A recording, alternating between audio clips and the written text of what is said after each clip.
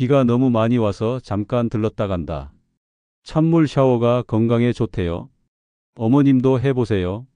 최근 76세 박덕흠 할머니는 기가 막힌 일을 겪었다고 하시는데요.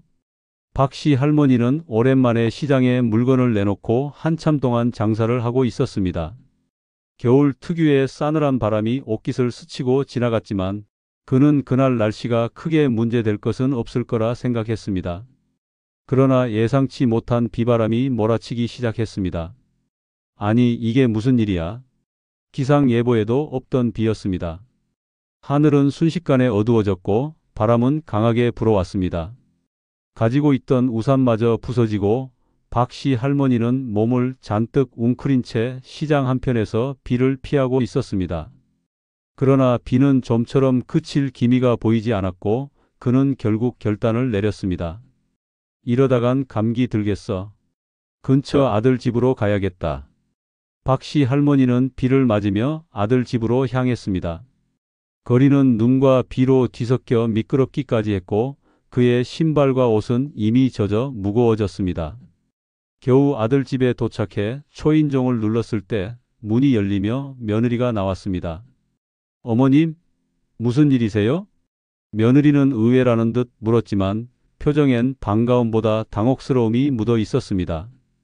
비가 너무 많이 와서 잠깐 들렀다 간다. 샤워 좀 하고 비 그치면 바로 갈게. 며느리는 잠시 머뭇거리다 문을 열어주었습니다. 집 안으로 들어선 박씨 할머니는 따뜻한 공기에 안도하며 얼른 젖은 옷을 벗고 몸을 녹이려 했습니다. 그는 며느리에게 부탁했습니다. 보일러 온수 좀 틀어주고 아들 옷이랑 수건도 가져다 주겠니? 알겠습니다. 며느리는 무표정한 얼굴로 대답하며 움직였지만 박씨 할머니는 그녀의 태도에서 냉랭함을 느낄 수 있었습니다. 화장실에 들어간 박씨 할머니는 따뜻한 물로 샤워를 시작했습니다. 하지만 그 따뜻함은 오래가지 않았습니다. 물은 잠시 후 얼음처럼 차가워졌고 그 추위는 그의 피부를 파고들었습니다. 박씨 할머니는 따뜻한 물이 다시 나오길 기다리며 물을 틀어놓았지만 차가운 물만 계속 쏟아졌습니다. 이게 무슨 일이야? 온수가 고장 난 건가? 박씨 할머니는 며느리를 불렀습니다. 며느라, 보일러 좀 확인해 줄래? 온수가 나오지 않아. 그러나 며느리는 대답이 없었습니다. 그녀는 안 들리는 척했는지 아니면 일부러 무시한 것인지 알 수 없었습니다. 결국 박씨 할머니는 더 이상 기다릴 수 없었습니다. 그는 찬물로 대충 샴푸 거품만 씻어내고 나와야 했습니다. 떨리는 손으로 수건을 몸에 두르며 화장실을 나선 그는 재채기를 하기 시작했습니다. 그는 비틀거리며 보일러 밸브를 확인하러 갔습니다. 확인해보니 보일러 온수는 꺼져 있었습니다.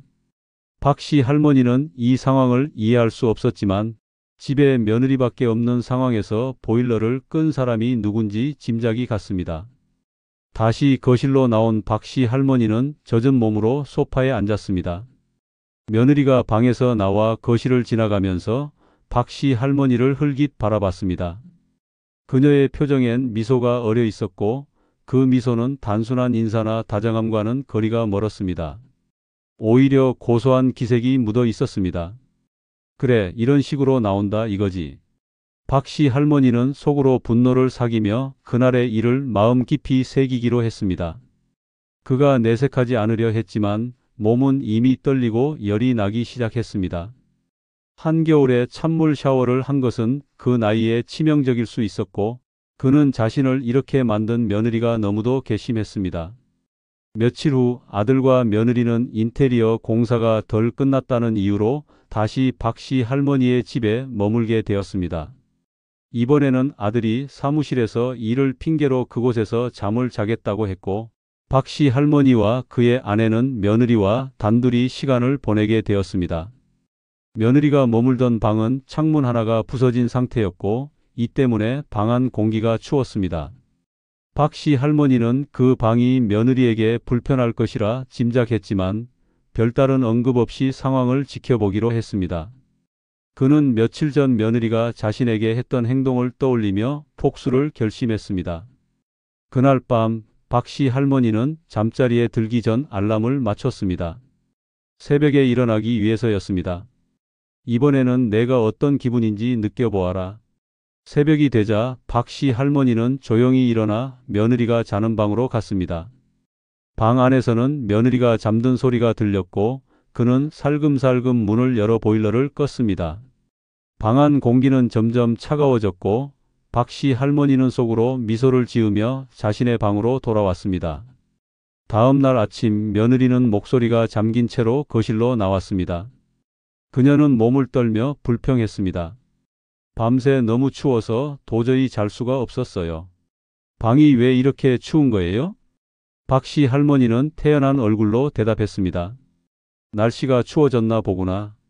난 몰랐네.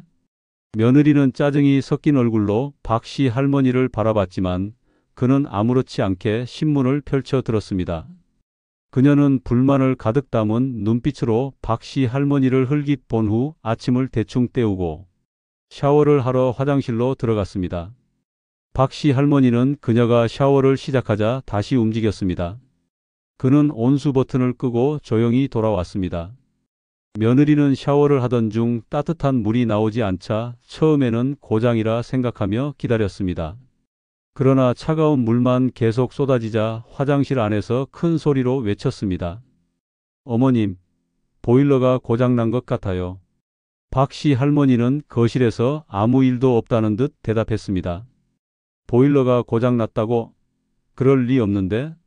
며느리는 화장실에서 급히 나와 몸을 감싸며 박씨 할머니에게 따지듯 물었습니다. 보일러가 고장난 걸 왜 이제 알려주신 거예요? 찬물만 나오잖아요. 박씨 할머니는 담담히 며느리를 바라보며 대꾸했습니다. 언제는 내가 찬물 샤워가 몸에 좋다고 했잖니? 너도 해보니까 어때? 노화 예방에 효과 있지 않니? 그 말에 며느리는 할 말을 잃었습니다. 그녀는 그저 어처구니 없다는 표정으로 박씨 할머니를 쳐다보다 방으로 들어가 버렸습니다.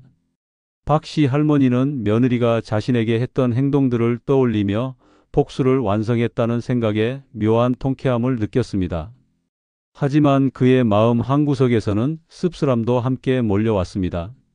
가족인데 이런 식으로 복수를 하게 되다니. 며칠 후 박씨 할머니는 마음 깊이 고민하다가 결국 며느리의 비밀을 아들에게 털어놓기로 결심했습니다. 어느 날 저녁 그는 아들을 조용히 부르며 말했다. 준혁아, 내가 알아야 할 게 있다. 내 아내가 너 몰래 내가 번 돈을 다른 데 쓰고 있더구나. 아들은 깜짝 놀라며 아버지의 말을 되물었습니다. 무슨 말씀이세요? 무슨 돈을 어디다 썼다는 거예요? 박씨 할머니는 며칠 전 우연히 며느리 집에서 본 통장과 가계부 이야기를 꺼냈습니다. 그 안에는 며느리가 매달 장모님에게 송금하는 내역과 친구들과의 과도한 지출이 기록되어 있었습니다. 매달 장모님께 100만 원씩 보냈더군. 너는 몰랐겠지만 말이다.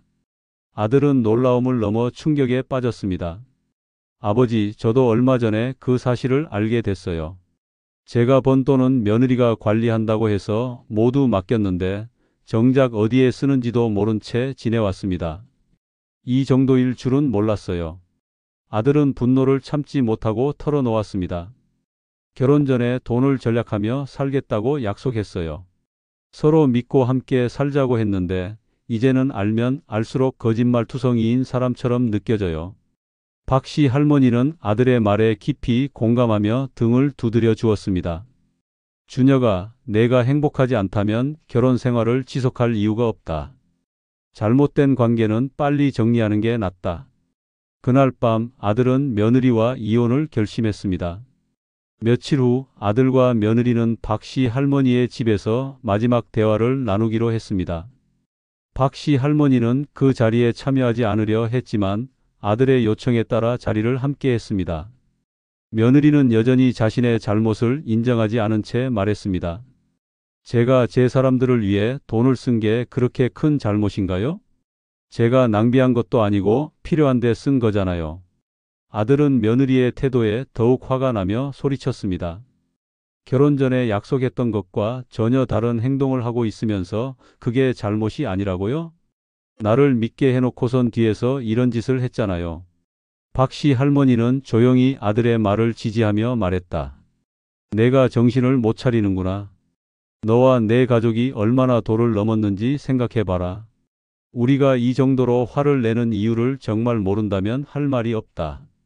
그날 밤의 대화는 끝내 결론을 내리지 못한 채 마무리되었습니다.